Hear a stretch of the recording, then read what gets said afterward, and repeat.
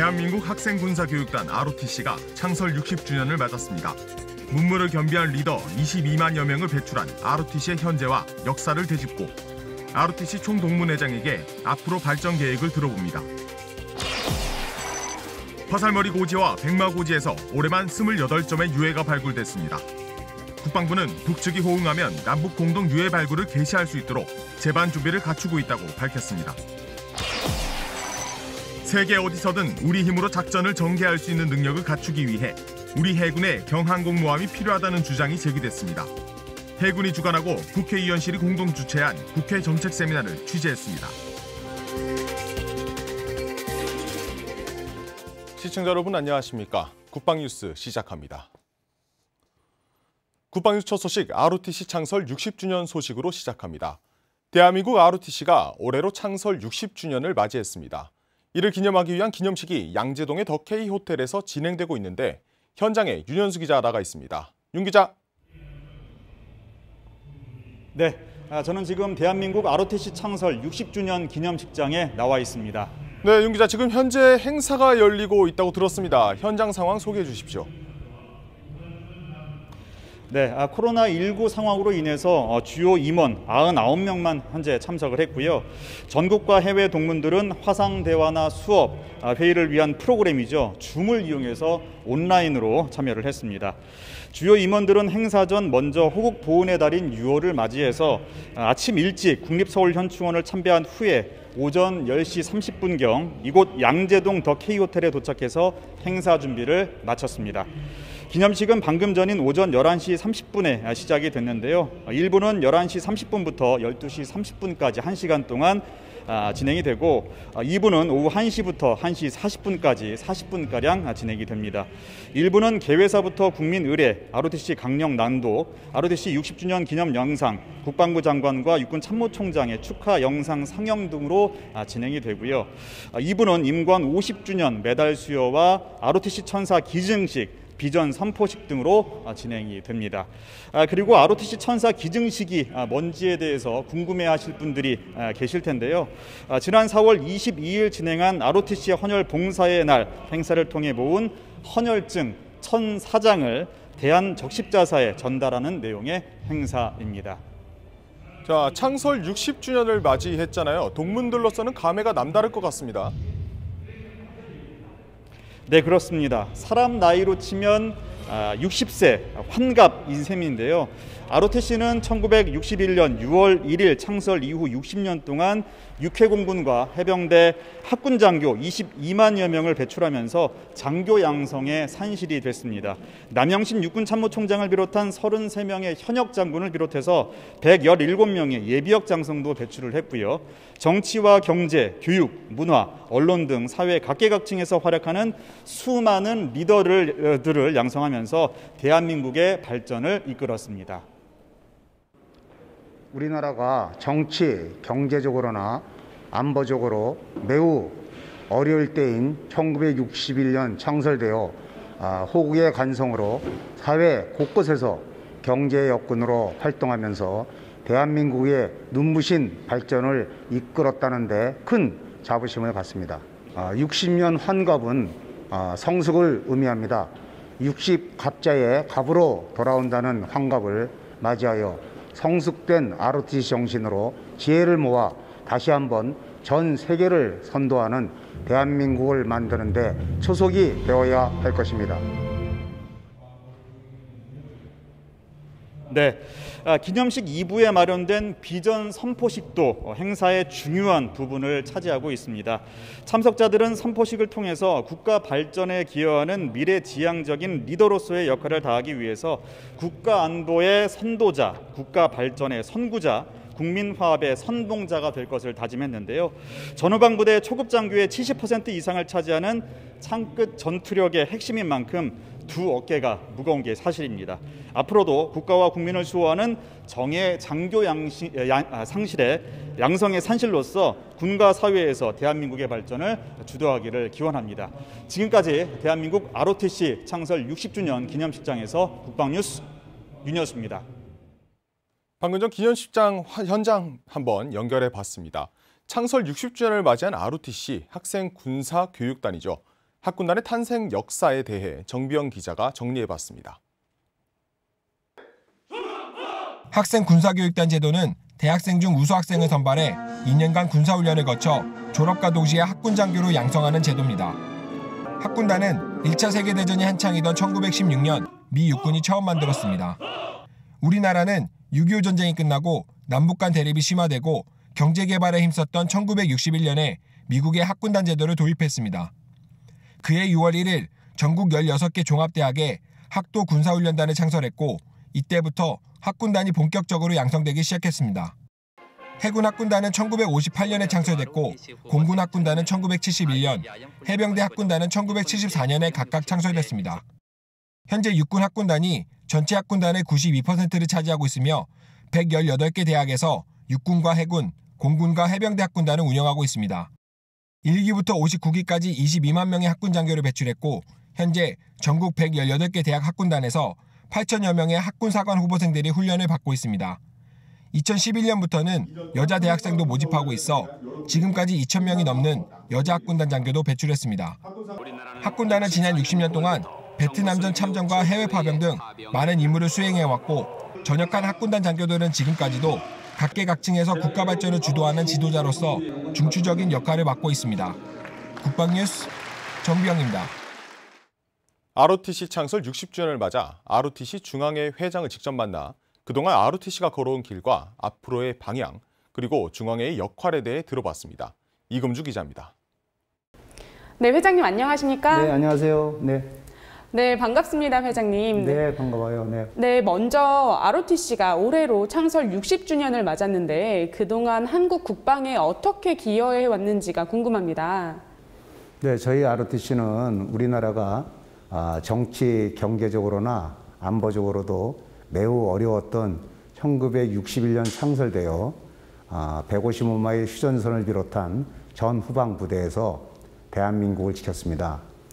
베트남전과 대간첩 작전에 적극 참여했고 해외 파병까지 군에서 그 역할을 다했습니다.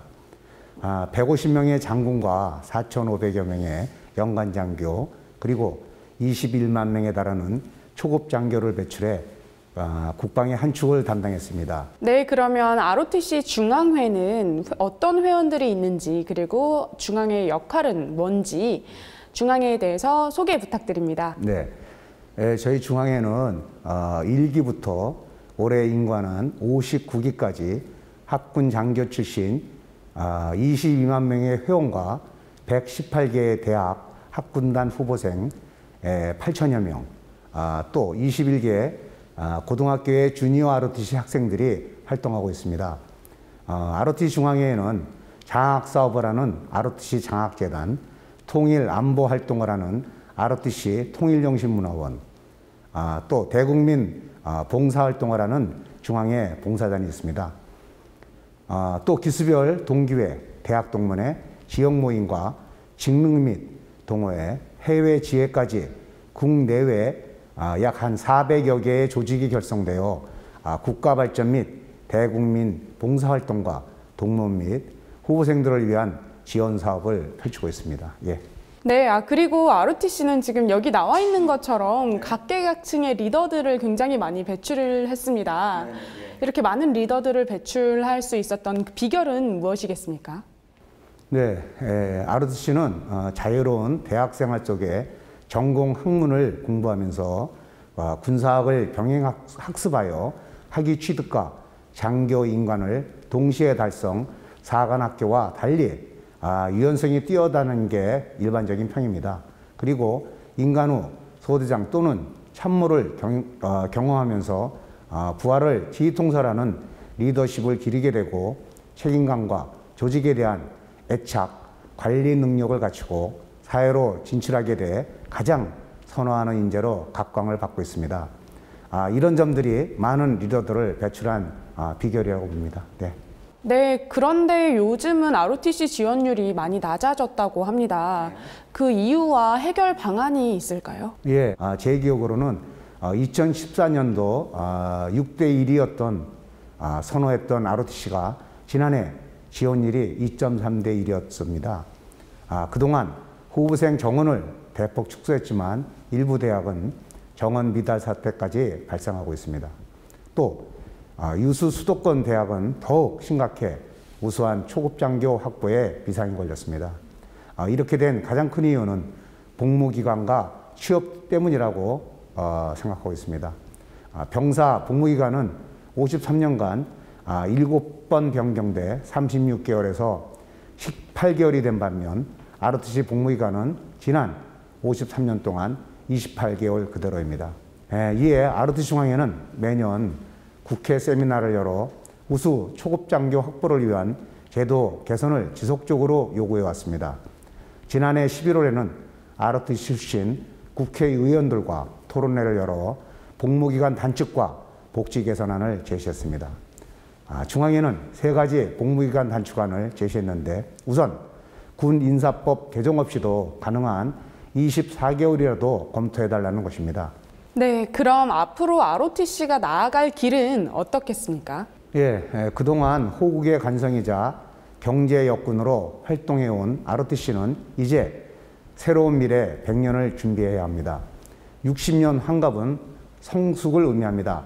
60갑자에 갑으로 돌아온다는 환갑을 맞이하여 성숙된 ROTC 정신으로 지혜를 모아 다시 한번 전 세계를 선도하는 대한민국을 만드는 데 초석이 되어야 할 것입니다. 그래서 6월 1일 ROTC 창설 60주년 기문식에서 비전 선포식을 합니다. 이 자리에서 문무를 겸비한 우리 ROTC는 성숙한 시민의식 속에 국가에 충성하고 국민에게 봉사하는 표본이 되고 건전한 국가 발전에 기여하는 미래지향적 리더로서 역할을 다하고자 국가 안보의 선도자, 국가 발전의 선구자, 국민 화합의 선봉자가 될 것을 다짐합니다. 네, 회장님, 그럼 마지막으로 ROTC 후배들과 장병들에게 한마디 부탁드립니다.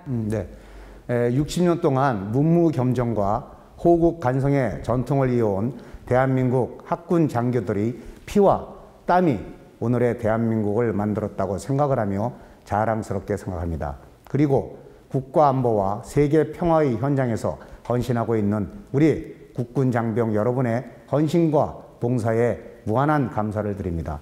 지금 이 순간에도 대한민국 안보 최일선에서 헌신하고 있는 여러분이 희망이고 자랑입니다.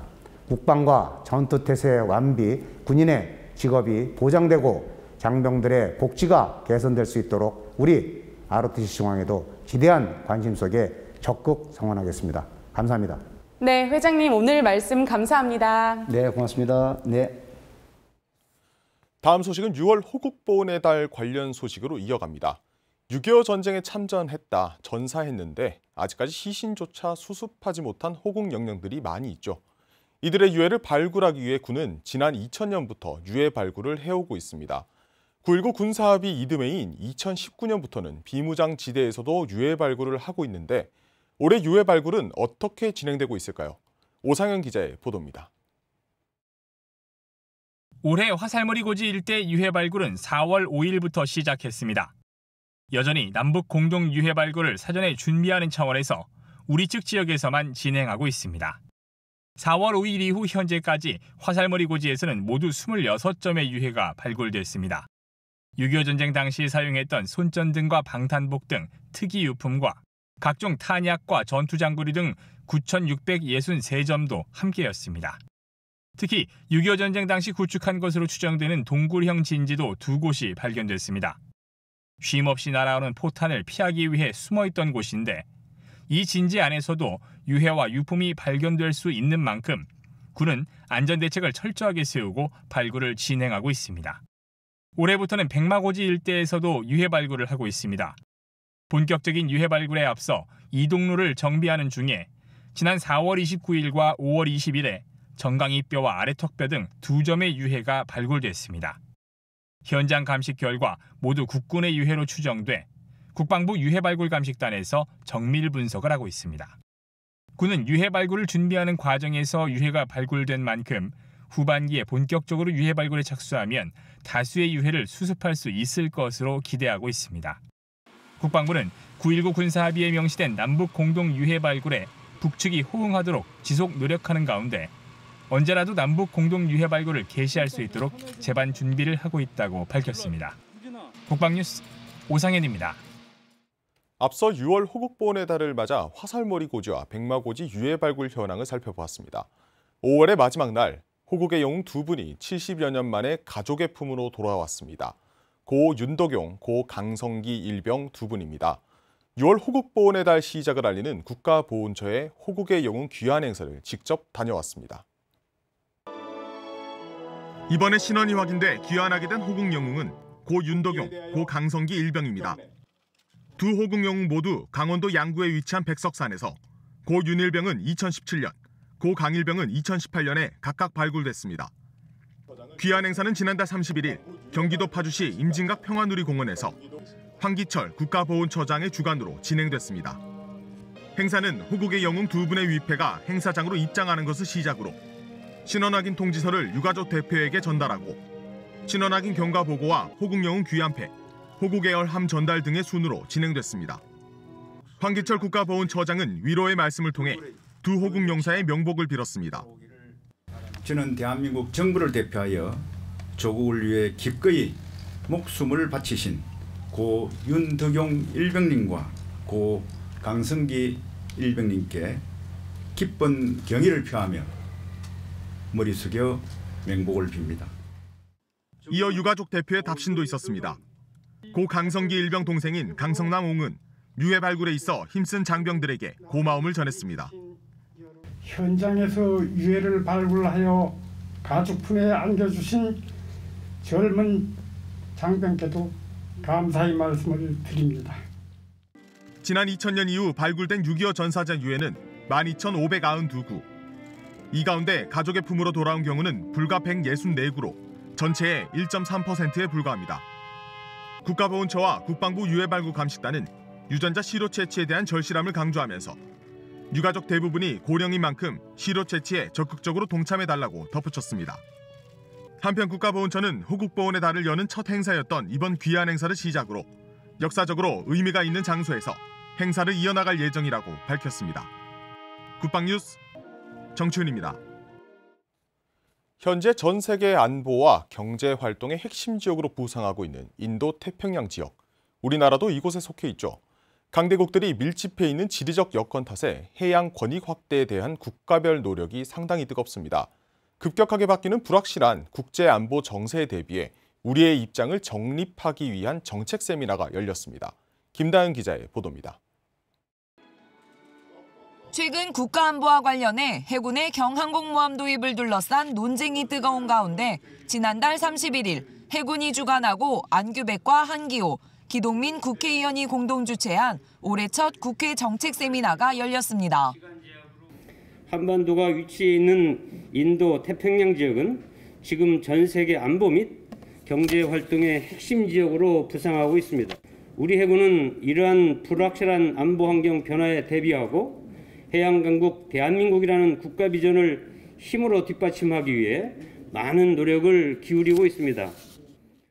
이번 세미나는 미래 안보 환경과 국방의 역할이라는 주제로 대한민국 해양력의 중요성과 해군이 앞으로 나아가야 할 방향에 대해 논의됐습니다. 미국과 중국, 양 국가 간의 전략적 경쟁과 갈등 구도로 유지되고 있는 현 상황에서 우리가 취해야 할 안보적 태도가 중요시되는 시점. 우리의 국가안보는 우리의 최전선은 어디가 될까? 우리가 경항공모함을 앞으로 이제 가질 텐데 그 좋은 군함은 그 잠재적 적이 누구냐? 북한의 위협으로부터 형성된 육군 위주의 기존 군사 정책에서 한 걸음 나아가 우리의 안보 개념을 새롭게 구축하자는 주장이 제기됐습니다. 모든 국가의 발전은 해양력과 병행했다는 역사적 사실을 바탕으로 일본과 러시아 등 주변국의 강한 해군력 사이에서 대한민국의 경항공모함 확보가 반드시 필요하다는 겁니다. 해군은 그동안 무역과 상업을 보호하기 위한 역할을 수행하고 국가의 부와 안전 추구는 물론 국가 간 분쟁이 전쟁으로 확대되는 것을 막아왔다며 반드시 강해져야 할 군사력임을 강조했습니다. 우리 해군의 무기 체계가 강해야 급변하는 안보 환경에서 미래의 우리 국가를 지킬 수 있다고 바라본 겁니다. 이미 일본, 중국, 이태리는 북부 아프리카의 지부티에 군사시설을 확보하고 있습니다. 그래서 전 세계 어디든 우리의 힘으로 작전을 전개할 수 있는 능력, 이것이 바로 자주국방 완성의 목표고 우리 세계가 있어야 되어야만 우리 군이 한반도 지역에서의 또 한미동맹도 활발하게 전개해 나갈 수 있다는 게 제 개인적인 생각입니다. 중국과 러시아군 용기의 카디즈 침범 등 부상하는 회색지대 위협에 대응하기 위한 우리의 노력이 필요하다는 점도 꼬집었습니다. 경항공모함 확보에 대한 논쟁에 대해서도 무기체계 자체보다 세계로 나아가는 상징이자 한국형 상쇄 전략의 일환으로 삼고 경항공모함을 폭넓게 구사할 수 있는 해양 전략의 수단으로 활용해야 한다며 회의는 마무리됐습니다. 긴박하게 변화하는 인도태평양 지역의 안보 환경에서 해군은 이날 제시된 다양한 논쟁이 해군력 발전의 등대 역할이 될 것이라며 해양력 강화의 필요성에 대한 국민적 공감대 확산을 위한 노력도 지속해 나가겠다고 밝혔습니다. 국방뉴스 김다인입니다. 공군 교육사령부가 지난달 31일 공군 참모총장 주관으로 학사사관 임관식을 개최했습니다. 신임 학사장교들의 탄생의 현장을 정비영 기자가 취재했습니다. 380명의 146기 공군 학사사관 후보생들이 공군교육사령부 대연병장에서 열린 임관식에서 신임 장교로서의 다짐을 선서합니다. 이날 임관식은 코로나19 상황으로 인해 임관자들의 가족이 참석하지 않은 가운데 진행됐습니다. 국방TV는 행사에 참석하지 못한 가족들을 위해 국방TV 유튜브와 페이스북으로 임관식을 생중계했습니다. 이날 행사에서 가장 성적이 우수한 사람에게 수여되는 영예의 국방부 장관상은 윤시현 소위가 수상했습니다. 이어 합동참모 의장상은 하영철 소위가, 공군 참모총장상은 최승묵 소위가 받았습니다. 12주의 훈련을 이겨내고 동기들과 함께 임관할 수 있어 영광스럽게 생각합니다. 아무리 힘든 길이라도 어깨의 소위 계급장이 부끄럽지 않게 조국 영공수호 임무에 최선을 다하겠습니다. 이번 임관식에선 부모님의 응원과 지지를 받아 동반 입대한 자매 서현덕 소위와 서연덕 소위도 눈길을 끌었습니다. 자매가 모두 군인이 된다고 했을 때 진심을 다해 응원해준 부모님께 다시 한번 감사의 말씀을 전하고 동생과 함께 국가 발전에 기여하는 정예 장교가 되겠습니다. 힘든 훈련 기간 동안 포기하고 싶을 때마다 언니가 보내준 따뜻한 응원의 눈빛이 큰 힘이 되어 이겨낼 수 있었습니다. 앞으로 매사에 겸손하고 솔선수범하는 멋진 공군 장교가 되겠습니다. 이날 임관식은 신임 공군 장교들의 탄생을 축하하는 블랙이글스의 에어쇼와 함께 끝이 났습니다. 이날 임관한 공군 146기 신임 장교들은 각자 부여받은 특기에 따른 교육을 받게 될 예정이며 교육이 끝나면 배정받은 부대로 투입돼 정예 공군 장교로서 맡은 임무를 수행하게 됩니다. 국방뉴스 정병입니다. 올해로 세 번째를 맞이하는 군종 UCC 공모전이 오늘부터 접수를 시작합니다. 군종에 대한 관심을 높이고 군내 종교 활동을 독려하기 위해 마련된 건데 7월 30일까지 2달간 접수받습니다. 조다니엘 기자입니다. 장병의 신앙 전력 강화를 위해 종교와 교육, 선도 등의 활동을 펼치는 군종.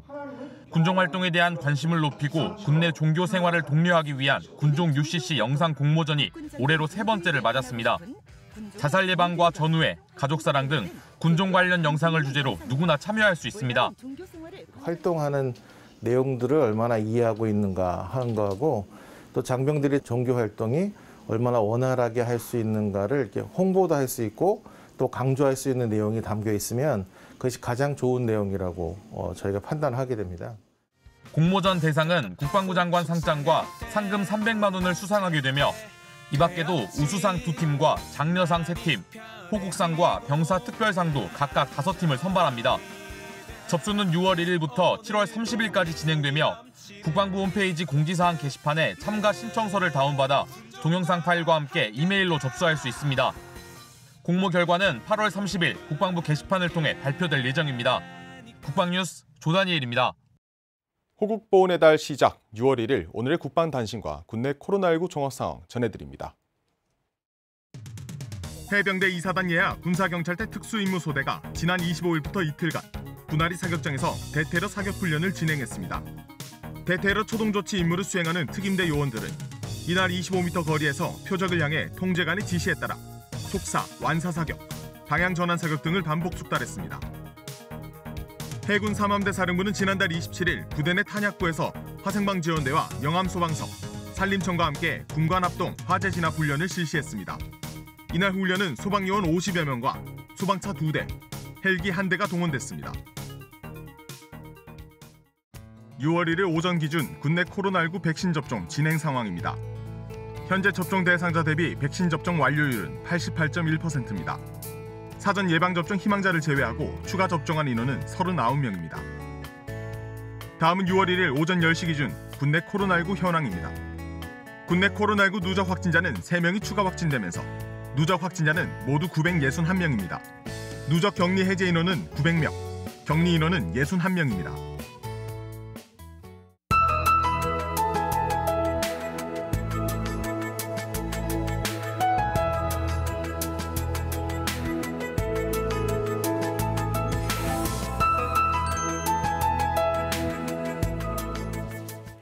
(6월의) 첫날인 오늘 구름 많은 가운데 초여름 더위가 찾아왔는데요. 자세한 날씨 알아보겠습니다.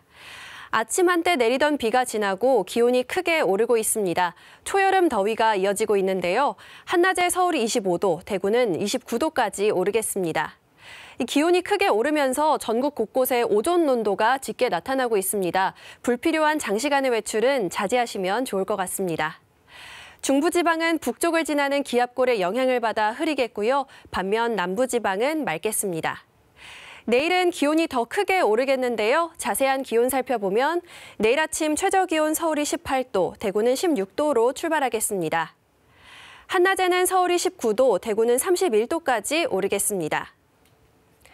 작전 기상은 양호하고요. 더위는 주 후반 전국에 비가 내리며 다소 누그러질 전망입니다. 이상 공군 기상단 제공 기상정보였습니다. 그들을 조국의 품으로 마지막 한 분을 모시는 그날까지 결코 잊지 않겠습니다. 국방부 유해발굴 감식단 홈페이지에 들어가면 볼 수 있는 문구입니다. 대한민국을 지켜낸 영웅 찾기, 그리고 유가족들의 명예 찾기. 6.25 전사자 유전자 검사에서부터 시작됩니다. 발굴된 유해는 12,000여 구가 넘어가고 있지만 신원 확인된 유해는 164구에 불과한 만큼 국민들의 참여와 관심이 절실합니다. 당신도 유가족일 수 있습니다. 국방뉴스를 마칩니다. 감사합니다.